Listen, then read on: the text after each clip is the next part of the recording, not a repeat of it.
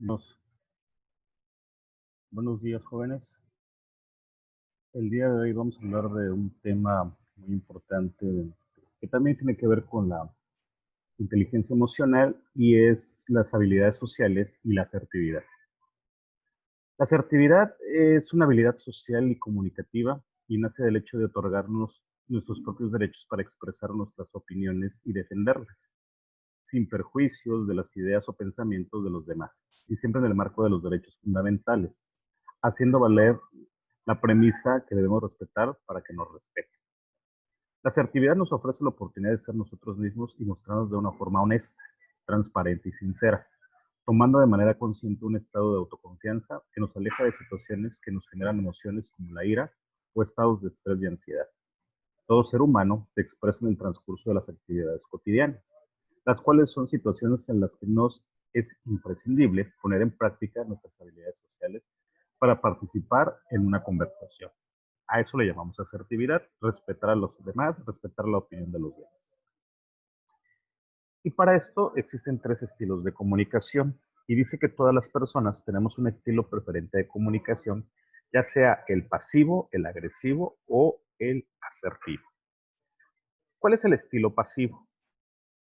En este estilo se defienden los derechos e intereses de los demás como algo fundamental por encima de las necesidades de uno mismo.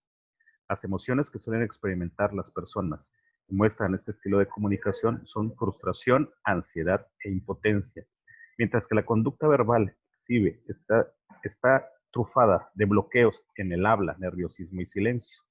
Las personas pasivas exteriorizan sus sentimientos, opiniones de manera insegura, mostrando indecisiones, dificultades para rechazar solicitudes y encargos. Además, condicionan sus comportamientos a las peticiones del resto, olvidando lo que piensan o sienten ellos mismos y recurriendo en ocasiones a explosiones emocionales incontroladas, cuando su nivel de frustración les sobrepasa. De cara a los demás comportamientos de los pasivos, genera a su vez frustración, pues es difícil saber cuáles son las verdaderas necesidades y pensamientos de los pasivos. Una persona con esta comunicación pasiva siempre piensa en los demás antes de pensar en ellos mismos. El estilo agresivo. En ese estilo muestra un tipo de comunicación rígida y rigurosa, llegando a expresarse de manera inadecuada y severa hacia los demás. Las personas agresivas tienden a generar nerviosismo, ansiedad y sentimientos de culpa del otro. Asumen el enfrentamiento como algo personal que únicamente pueden derivar en el éxito o la derrota. O sea, aquí no hay puntos medios. O ganan o pierden, dejando de lado los sentimientos y las necesidades del resto.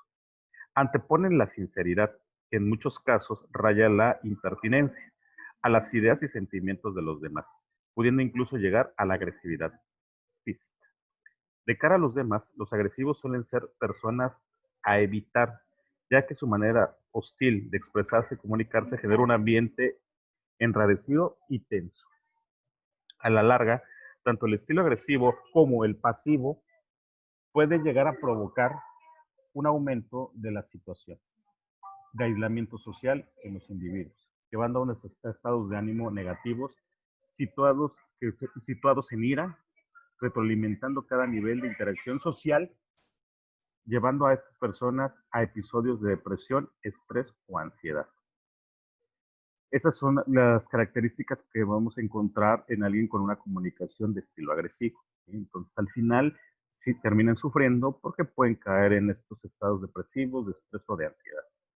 El estilo asertivo. La persona asertiva es plenamente consciente de sus derechos y disfruta de su sensación de control emocional. Su tranquilidad los lleva a respetarse y autoaceptarse, gracias a que tienen claro lo que quieren y sienten en cada momento. Esto se traduce en una postura corporal relajada, un tono fluido, mensajes claros y concisos, así como un tratamiento de las necesidades de los demás, dándoles el mismo valor que a las propias. Estas características consiguen que la persona asertiva cree en confianza y sirva de ejemplo ante los demás a la hora de expresarse libremente sin herir los sentimientos de los demás. La asertividad consigue que las relaciones personales mejoren y sean más productivas, además de ayudar a la comunicación y facilitar las emociones positivas. La importancia de la asertividad radica en una sensación de equilibrio emocional, lejos del carácter pasivo o agresivo que genera aislamiento, estrés o ansiedad. además de fomentar un incremento de autoestima y un desarrollo de las habilidades sociales, hasta llegar a una total confianza de las relaciones con los demás para construir vínculos más provechosos. Existen también modelos de conducta. Los modelos de conducta guían nuestros aprendizajes y los sitúan en un estilo de comunicación u otro. Por lo tanto, las personas no nacen siendo asertivas, cultivan sus habilidades sociales y las refuerzan con el paso del tiempo. Nuestra imitación de las conductas es la esfera colectiva y la observación de los modelos de nuestro entorno, ya sea el núcleo familiar, de amistad o laborales. Condicionan el estilo final de que adoptamos. El apoyo recibido desde el exterior también se considera fundamental para un correcto crecimiento comunicativo. De esta forma, si el soporte ha sido positivo, nos inclinaremos más por actitudes asertivas, mientras que si por el contrario las conductas asertivas han sido castigadas por el entorno, nuestra asertividad mutará en comportamientos agresivos o pasivos. Por lo tanto, los modelos de conducta y el refuerzo castigo que recibimos de nuestro entorno es una pieza clave para la modulación de nuestro estilo de expresión. Existen técnicas asertivas que ustedes pueden llegar a aprender o pueden llegar a desarrollar en algún momento de su vida cuando ustedes comiencen a trabajar con su inteligencia emocional. Y existen estas técnicas que ayudan a desarrollar la asertividad de forma eficaz. Una de ellas es la negociación. Entre ellas destacamos la negociación, la cual trata de aplicar una estrategia práctica para llegar a un acuerdo con el otro, de forma que se consiga un beneficio mutuo. Esta estrategia está integrada por una fase bien diferenciada. La fase de preparación a la negociación incluye una disposición personal para llegar a un acuerdo y la legitimización del otro como interlocutor válido. Si no se dan estas dos premisas, es inviable llegar a acuerdos. La fase de exposición es la siguiente etapa. En ella se exponen aquellos aspectos principales sobre los que queremos negociar y cuáles son los objetivos que nos gustaría alcanzar. También exponemos cuáles podrían ser los beneficios que se obtendrían si se llega a un acuerdo. La fase siguiente es la negociación, propiamente dicha, y es donde se van estableciendo los puntos comunes y de acuerdo a través de las opiniones, necesidades y deseos de las partes. También en esta fase se establecen las concesiones que pueden hacer cada parte para llegar a un acuerdo. De esta manera, se va trazando un acuerdo del tipo yo gano y tú ganas, en el que las dos partes están satisfechas con el acuerdo, en vez de los acuerdos yo gano, tú pierdes, propio de los agresivos, o los acuerdos yo pierdo, tú ganas, propio de los pasivos. En estos últimos, una de las partes se sentirá insatisfecha, por la que la probabilidad de que se rompa el acuerdo aumenta. La última fase es la aceptación del acuerdo. En esta fase, las dos partes reconocen el acuerdo como válido y se comprometen de forma voluntaria a respetar dicho acuerdo. Otra de estas técnicas asertivas es la que se utiliza para pedir cambio de conductas o comportamientos a los demás cuando estos comportamientos generan en nosotros malestar. Esta técnica nos ayuda a expresar de manera clara y concisa nuestro malestar sin que esto se oponga o genere un conflicto.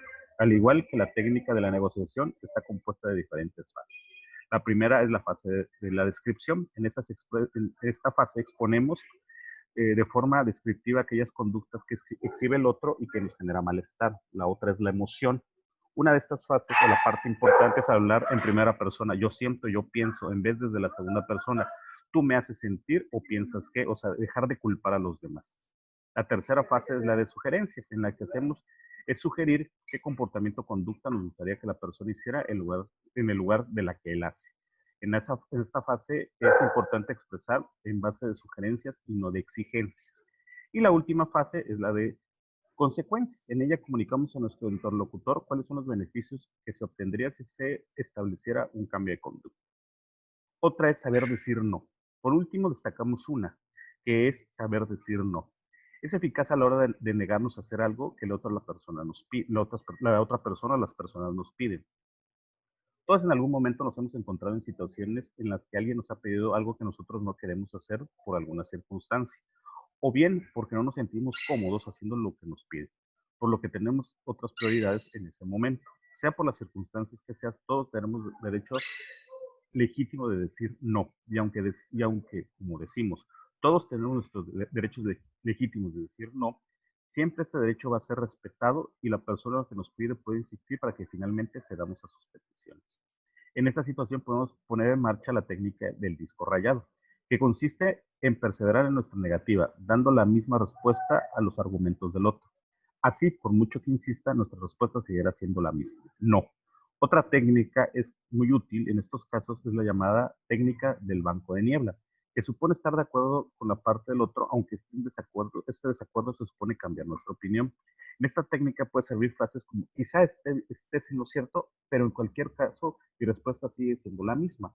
O posible que tengas razón, no obstante no estoy interesado en lo que tú propones. En conclusión, la asertividad, como en otras tantas habilidades, no nace de un talento natural, sino de un aprendizaje a través de experiencias personales. Y como todo aprendizaje, se puede desarrollar a través de técnicas y estrategias que podemos integrar en nuestro repertorio de conducta.